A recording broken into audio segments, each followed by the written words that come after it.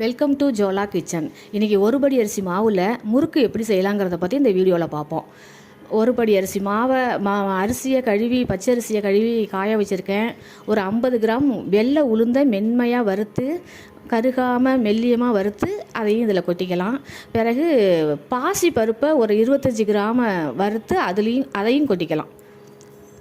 இந்த முறுக்குக்கு தேவையானது ஒரு படி அரிசி மாவுக்கு இவ்வளவு தான். ஓணம் பண்டிகைக்காக பசங்கள்லாம் வந்திருந்தாங்க. ஹாஸ்டலுக்கு திரும்ப போகும்போது ஏதாவது செஞ்சு கொடுத்தா வச்சு சாப்பிடுவாங்க 10 நாள். அதுக்காக இதை முயற்சி பண்ணியிருக்கேன். இப்போ இது மெல்லில் கொடுத்து மெல்லில் கொடுத்து அரைச்சிட்டு வந்துடலாம். ஆறினோட தான் இதை அரைக்கணும். ஆறினோன்னு அரைச்சிட்டு வந்துட்டு முறுக்குக்கு ரெடி பண்ணலாம். இப்போ முறுக்கு மாவில் எள்ளை தூவிக்கலாம். வெண்ணெயை காய்ச்சி வச்சுருக்கேன், வெண்ணெயை சேர்த்துப்போம். நான் நைட்டே பெருங்காயத்தை கல் உப்போடு சேர்த்து ஊற வச்சுட்டேன். நைட்டு படுக்கும்போதே ஊற வச்சுட்டு படுத்தாச்சு. இப்போ காலையில் இதை புளியும் போது அது பெருங்காயம் நல்லா கரைஞ்சிருக்கும். அதையும் இதில் சேர்த்துக்கலாம். உப்பு இது மாவுக்கு தேவையானது பெருங்காயத்திலே நான் போட்டிருக்கேன். அதனால் உப்பு தனியாக எதுவும் சேர்க்க தேவையில்லை.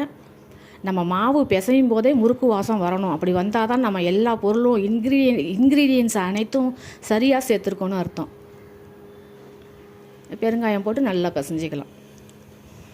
இப்போ மாவு ரெடி ஆகிட்டு இப்போ அச்சில் புழிஞ்சிக்கலாம்.